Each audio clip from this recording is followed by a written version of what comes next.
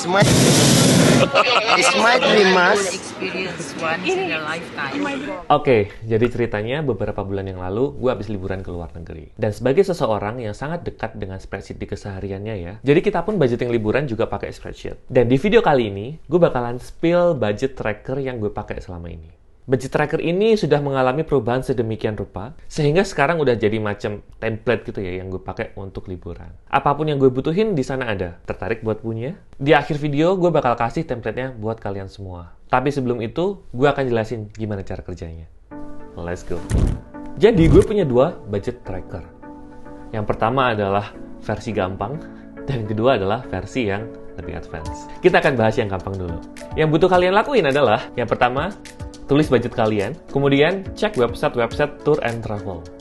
Kalian masukin semua paket dan biayanya, udah tinggal pilih mana yang sesuai dengan budget kalian. Gampang bukan? Ya namanya juga cara gampang. Jadi buat teman-teman yang emang ribet, males mau budgeting, jadi solusinya adalah pakai tour and travel aja. Udah paling benar tuh. Oke, sedikit serius. Kita masuk ke versi kedua, yaitu versi yang lebih advance. Tapi sebenarnya isinya sama aja sih. Pertama, pasti budget. Kalian masukin budget di sebelah sini. Kemudian di sini ada 4 poin. Yang pertama adalah transport. Jadi ini transport darat, laut, udara dimasukin ke sini semua. Intinya apa yang diperluin buat kalian bisa sampai ke tempat liburan deh. Kemudian ada akomodasi, biar kalian tetap punya atap untuk bernaung. Meal, di sana rata-rata budget makanannya berapa sih?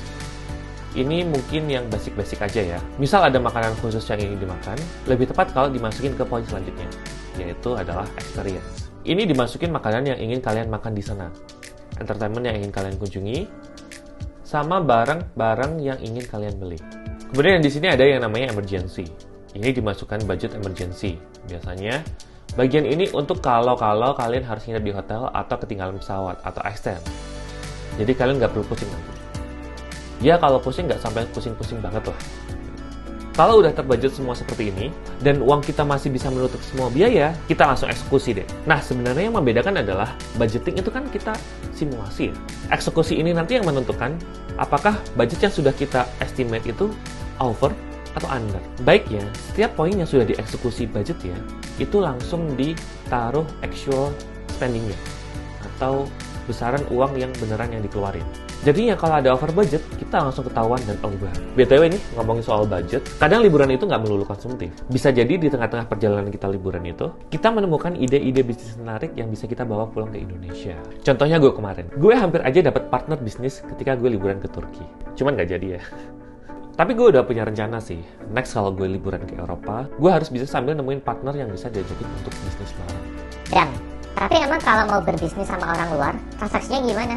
Harus pakai Bitcoin kah? Cash? Bisa aja. Tapi emang cukup. Emang nggak ribet bolak-balik sini sana.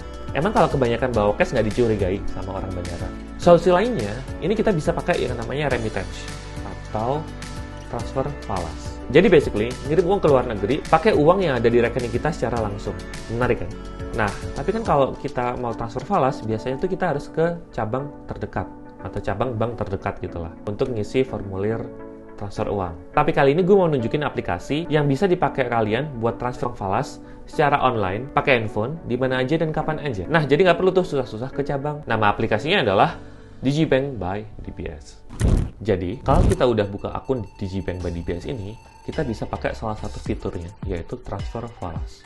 Enaknya pakai ini tuh kita bisa, yang pertama, akses 24/7 tanpa harus ke cabang.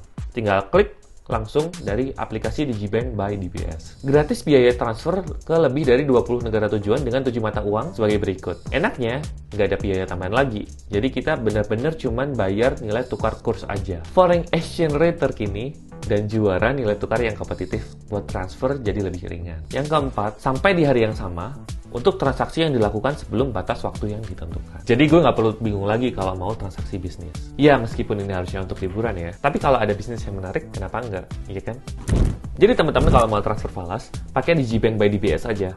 Udah, anti ribet, cocok banget buat kalian. Oke, kita lanjut. Jadi setelah eksekusi dan teman-teman udah selesai liburannya, saatnya review atau evaluasi nih. Kalau kasusku, biasanya liburan pertama-pertama itu kita pasti overspending.